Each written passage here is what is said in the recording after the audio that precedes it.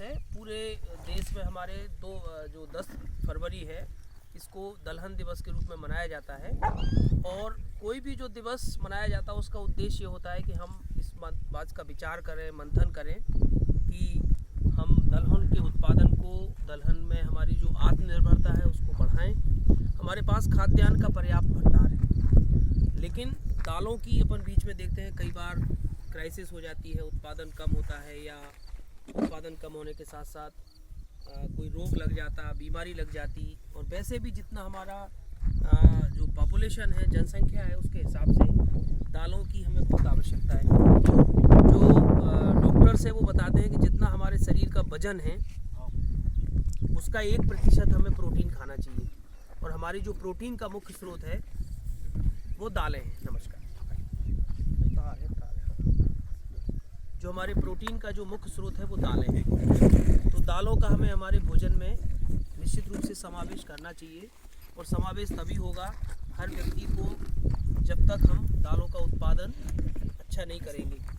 हालांकि ये बात बहुत अच्छी है कि हमारे प्रदेश में, हमारा जो मध्य प्रदेश है, दालों का उत्पादन बहुत ज़्यादा होता है यहाँ पे। और हमारा देश जो है वो सबसे अधिक उत्पादक है दालों का पूरे विश्व में।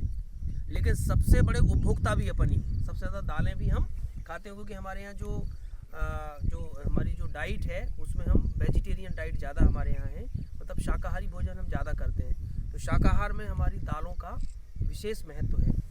तो दालों में जो प्रोटीन है वो हमारे लिए बहुत ज़रूरी है, हमारे शरीर के विकास के लिए। जैसा हम जानते हैं कि इस सीज़न में मसूर है, चना है और आपका मटर है, अभी अरहर की कटाई हुई है। तो दालों का एरिया हमारे ज़िले में काफ़ी अच्छा है। और पहले चने की खेती बहुत होती थी अपने सागर ज़िले में, क्योंकि बहुत सारी खेती वर्षा आधारित थी, पानी की कमी थी। लेकिन सिंचाई के साधनों में जैसे जैसे बढ़ोतरी हुई है वैसे वैसे किसान भाइयों ने गेहूं की खेती करना शुरू किया है। तो गेहूं का हमें अब सरकार का भी ये प्रयास है। और जो हमारी जलवायु परिवर्तन की परिस्थितियाँ हैं, जिनमें हम देखते हैं तापमान की अधिकता, तापमान में कमी, अधिक वर्षा, कम वर्षा, इन सब चीज़ों को दाल वाली फसलें ज़्यादा बर्दाश्त कर लेती हैं। तो हमें हमारे जो फसल चक्र है, हमारी जो खेती में दालों का समावेश अवश्य करना चाहिए। जैसे चने का रकबा अपना थोड़ा सा कम हो रहा है, लेकिन अच्छी बात यह है कि मसूर का रकबा बढ़ रहा है, अरहर का रकबा बढ़ रहा है, सरसों का रकबा बढ़ रहा है, क्योंकि दाल के साथ साथ तेलों की बहुत डिमांड है। अभी पिछले 1-2 सालों से तेलों की बहुत ज़्यादा रेट है।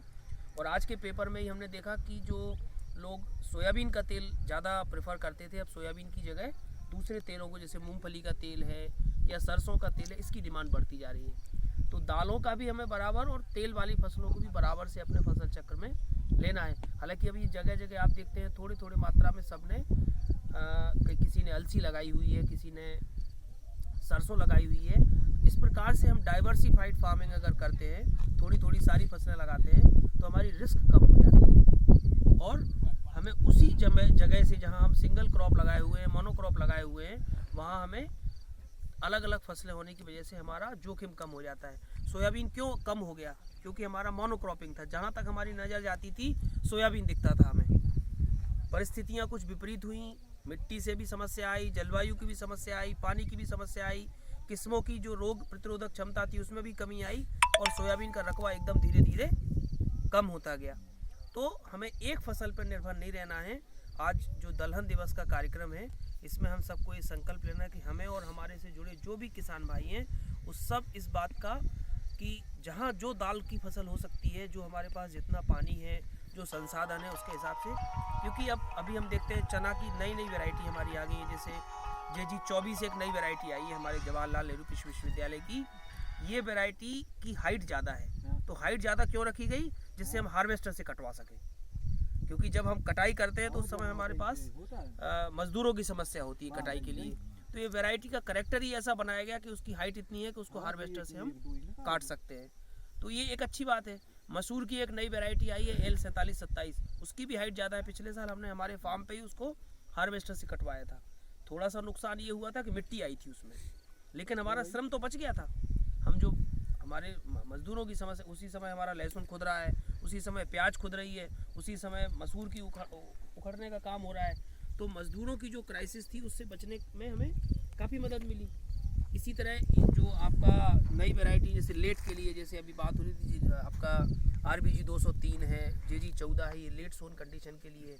पहले ये होता था कि हमने चना लगाया और मान लीजिए सूखा पड़ गया था या पानी कम था, तो फरवरी में जब तापमान बढ़ता था तो हमारे चने का दाना छोटा रह जाता था। लेकिन अब ऐसी वैरायटी आ गई हैं जो कम समय में पक के तैयार होती हैं, जैसे JG 14 है, RBG 203 है, ये हमारी वैरायटी जल्दी पक जाती है। तो इसमें जब तापमान बढ़ता है फरवरी में, धूप होने लगती है फरवरी के लास्ट में या मार्च में, तो हमारा इससे नुकसान नहीं होता। गर्मियों में हमारे यहाँ धीरे धीरे रकबा मूंग का बढ़ रहा है, तो मूंग की जो नई वैरायटी है, जैसे अभी कुशवाहा जी ने बताया शिखा वैरायटी है, बहुत अच्छे उत्पादन देने वाली है। पिछले साल हमने डेमोस्ट्रेशन किए थे, इसके किसानों को बीज दिया था, तो एक किसान ने हमें बताया कि हमारा 18 कुंटल निकली है। तो हमें थोड़ा आश्चर्य हुआ कि 18 कुंटल बहुत होता है, पर उन्हें गिनती करा दीजिए, बोली रखी, बोले आपके सामने 2 एकड़ में मूंग उन्होंने 18 कुंटल मूंग निकली, मतलब 20 किलो। 2 एकड़ का हमने बीज दिया ही था उनको, बीज ही दिए 2 एकड़ का दिया था, तो 20 किलो हो सकता है उन्हें 2.5 एकड़ में लगा ली हो, ये संभव है, पर 20 ही किलो बीज दिया था हमने, क्योंकि 10 किलो गर्मियों में 10 किलो और बरसात में 8 किलो बोते हैं। तो गर्मियों में सीड रेट क्यों ज़्यादा रखते हैं, थोड़ा सा, जिससे फसल आच्छादित ज़्यादा रहे, तो पानी का वाष्पीकरण कम हो। तो 18 कुंटल मतलब 1 एकड़ का अगर अपन एवरेज करें तो 9 कुंटल मूंग बहुत होती है।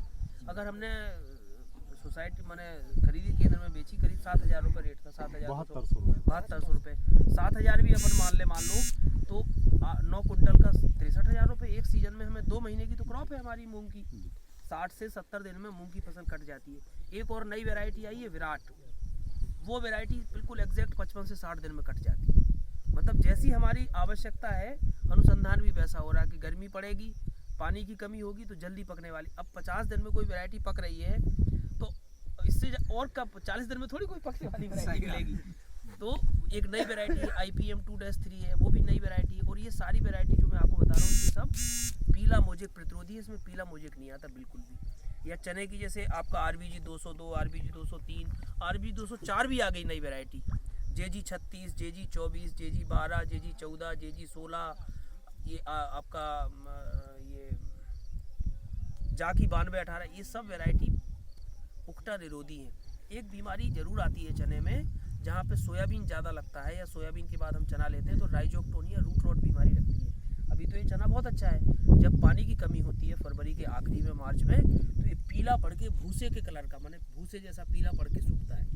वो राइजोक्टोनिया बटाटिकोला से होने वाली बीमारी है, वो उगरा नहीं है, वो एक अलग बीमारी है, जड़ सड़न बीमारी है वो। उसका नियंत्रण ये है कि आपको सोयाबीन नहीं लगाना है, सोयाबीन में समस्या आती है। आप उड़द लगाएं, उसमें मक्का लगाएं वहाँ पे, या धान लगाएं, आप कोई और फसल लगाएं। और यदि आप सोयाबीन लगाते हैं तो भूमि का उपचार आपको ट्राइकोडर्मा, एक फफूंदनाशी आता है, जैविक फफूंदनाशी, भूमि का उपचार भी करना है, बीज का उपचार भी करना है। भूमि का उपचार कैसे करेंगे कि 1 किलो पाउडर ट्राइकोडर्मा या लिक्विड को हमने लेके 50 से 60 किलोग्राम गोबर की सड़ी खाद में मिला के हम रख देंगे, और जब हम सोयाबीन बोने लगेंगे तो खेत में फेंक देंगे उसको। इसी प्रकार जब हम चना बोएंगे तब भी यही काम करेंगे। तो 2-3 बार अगर हम ये काम कर देंगे तो वो राइजोक्टोनिया की समस्या भी खत्म हो जाएगी। और कई बार क्या होता है कि अभी हमें चना बहुत अच्छा लग रहा है, बाद में हमें लगता है कि अरे पानी की कमी हो रही है, तो जब पानी की एकदम कमी हो जाती है, फिर हम जब दरारें पड़ जाती हैं बड़ी बड़ी, और फिर हम अगर पानी लगा देते हैं तो वो बीमारी और तेज़ी से फैलती है।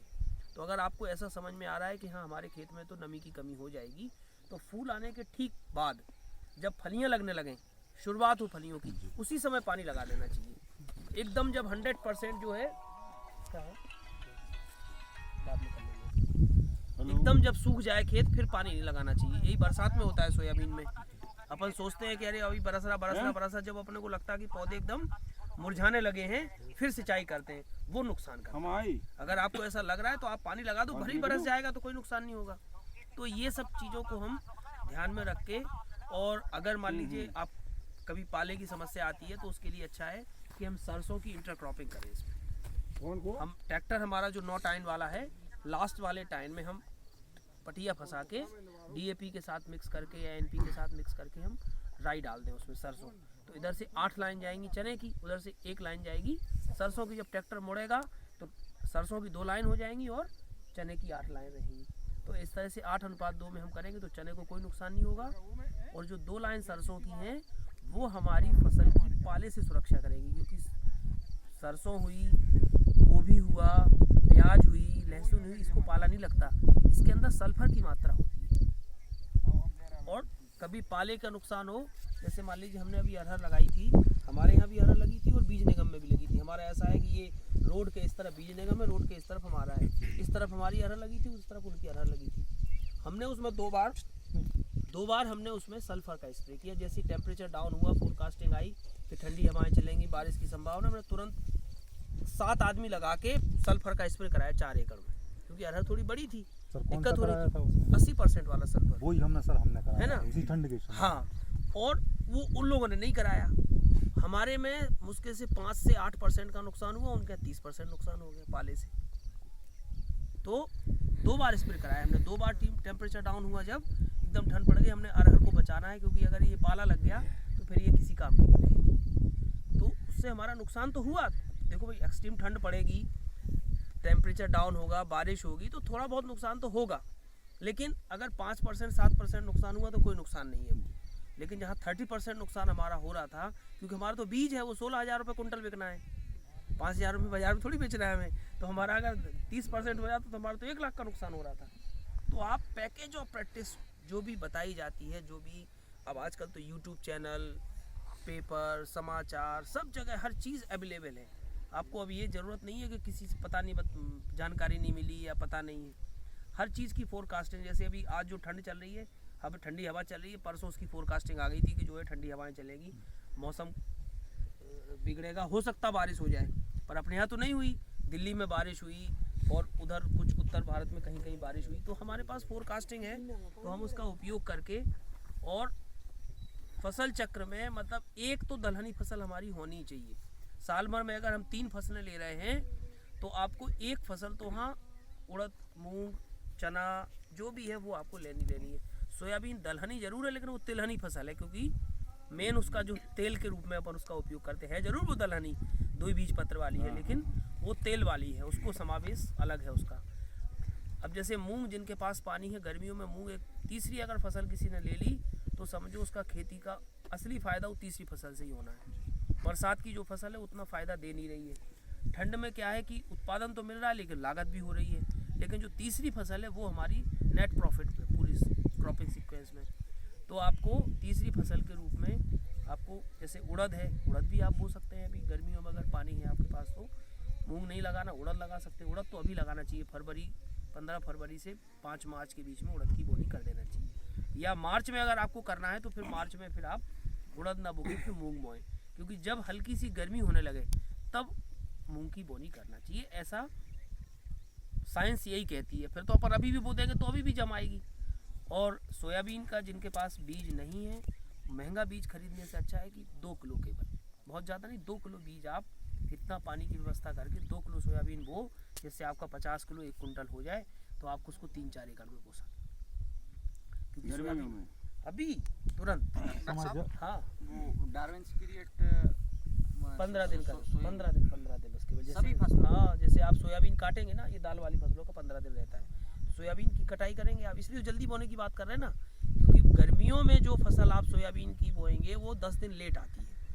जैसे मान लीजिए आपने 20-34 लगाया, तो 20-34 की उम्र 90 दिन है, लेकिन गर्मियों में वो 100 दिन में कटेगी, है ना। तो अभी आपको लगाना है, जिससे आप उसको मई के लास्ट में या जून के 1-2-5 जून तक आपकी कट जाए, और आपकी जो सोयाबीन की बोनी है वो 20 जून के बाद होती है। तो 15-20 दिन हमारी फसल रखी रहे, जिससे वो रेस्ट कर ले, रेस्टिंग पीरियड में चली जाए। सुसुप्तावस्था जो आप बोल रहे हैं ना, हर बीज की एक सुसुप्तावस्था होती है। अगर हमने काटा और तुरंत बो दिया तो जम तो पूरा जाएगा, लेकिन फ्रूटिंग नहीं होगी, उसमें फलन नहीं होगा, है ना। एक तिली में भी ऐसे ही होता है, अगर आपने तुरंत बो दिया तो जमती तो बहुत अच्छी है, लेकिन वो सुसुप्तावस्था उसकी पूरी ना होने से उसमें फलन नहीं होता। तो इन सब चीज़ों को हम ध्यान रखेंगे तो निश्चित तौर पे जो है हमारी जो फसलें हैं वो हमें अच्छा उत्पादन देंगी। आज सबको दालें खानी भी चाहिए, जैसा हमने बताया ना, डॉक्टर के टीवी में प्रचार आता है कि जितना हमारा शरीर का वजन है उतनी प्रोटीन, 1% प्रोटीन खाना चाहिए। मालूम मैं 70 किलो का हूँ तो मुझे 70 ग्राम प्रोटीन रोज़ खानी चाहिए। अब 70 ग्राम प्रोटीन में कुछ प्रोटीन गेहूँ से चला जाता, कुछ दूध से चला जाता, कुछ किसी और, लेकिन दालों को हमें हर हालत में थोड़ी थोड़ी 1-1 कटोरी दाल सबको रोज़ खानी चाहिए, किसी ना किसी रूप में। दलहनी फसल चाहे नमकीन खा के उपयोग कर लें आप, वो भी तो जैसे नमकीन अपन ने खाया वो भी तो दाल से ही बना है। तो आपका दालों का अगर समावेश भोजन में है तो हमारा शरीर स्वस्थ रहता है। और प्रोटीन की कमी से बच्चों में तो बीमारी होती है, क्वासियोकर बीमारी कहलाती है, हड्डियाँ टेढ़ी मेढ़ी हो जाती है, पेट बड़ा हो जाता है। तो अब ये समस्या नहीं है हालांकि हमारे देश में, क्योंकि दालों की भी कोई कमी नहीं है ऐसी। फिर भी इतनी हमारी आबादी है, इतनी पॉपुलेशन है, उसका ग्रोथ रेट इतना है कि दालों का उत्पादन बढ़ाए जाने की आवश्यकता है। और उस आवश्यकता, हालांकि पिछले 8-10 सालों में जो राष्ट्रीय कृषि NFS है ना, नेशनल फूड सिक्योरिटी मिशन, उसमें बहुत काम हुआ हमारे देश में, और मध्य प्रदेश में भी बहुत काम हुआ। ये जो नई नई वैरायटी आई हैं, अब पीपरा में ही सबसे पहले 2015-16 में हमने मसूर, यहाँ पे 50 लोगों को मसूर का बीज दिया था। जब से सर हम और लोग वही वैरायटी मसूर की यहाँ जब चल रही है अभी भी। वही। JL3 वो वैरायटी थी। अब नई वैरायटी आ गई, जैसे IPL 316 है, IPL 81 है, RBL 31 है, एक और आई है RBL 11-06, एक अभी L4727 आई है, नई वैरायटी है। बहुत अच्छा उत्पादन है इनका, 20, 22, 25 कुंटल पर हेक्टेयर तक है उत्पादन। उसका पौधा देखेंगे आप, चने जैसा पौधा है मसूर का, इतना स्ट्रॉन्ग पौधा है उसका, बड़ा पौधा है। तो ये वैरायटी जो है हमारे अच्छा, पहले मसूर में उगरा लग जाता था, देसी मसूर में अभी भी वही समस्या है। लेकिन अब जो नई वैरायटी आ रही है, इनका फ्लावर सफ़ेद कलर का है, गुच्छे में फूल आता है उसमें नहीं है उकटा की समस्या, उसमें जीन ऐसा डला हुआ कि उकटा नहीं आता। तो इन वैरायटी को लेके हम अच्छा उत्पादन ले सकते हैं। और कभी कोई समस्या हो तो हमारे फ़ोन नंबर पे आप बात कर सकते हैं। 99% मसूरों में कोई रोग लग रहा है, कैसा? सफेद भूरी भूरी हो रही है ऊपर। वो तो पाउडर मिल्ड्यू पाउडर मिल्ड्यू लाल भी हो रही है। है, पत्ता झाड़ देखो।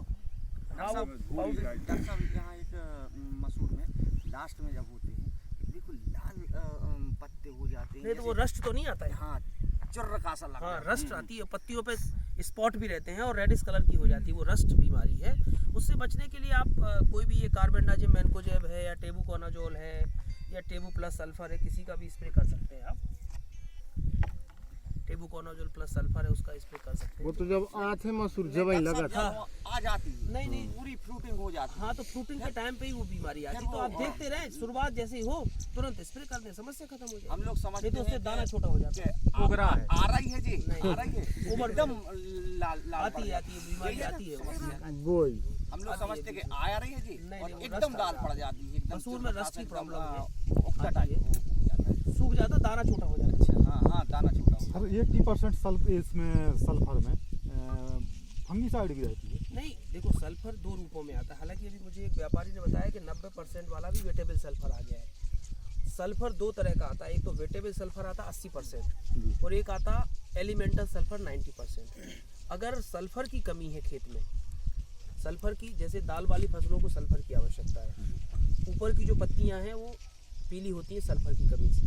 तो अगर इस तरह के सिम्टम है तो आपको 90% वाला सल्फर डालना चाहिए, बेंटोनाइट सल्फर या एलिमेंटल सल्फर। और जो वेटेबल सल्फर 80% है वो फंजीसाइड है। लेकिन जब हम उस फंजीसाइड का उपयोग करते हैं तो वो ग्रीनिश को बढ़ाता है और बीमारी को कम करता है। तो वो फंजीसाइड के रूप में काम करता है, वो पोषक तत्व। नहीं, उसमें तो सर चने में हमने डाला है, बहुत बेहतरीन रिजल्ट रहा उसका। दाल वाली कोई भी फसल हो, चाहे आपकी उड़द हो, चाहे मूंग हो, उसकी मात्रा कितनी रहनी चाहिए? 2 ग्राम प्रति लीटर पानी, यानी 400 ग्राम प्रति एकड़।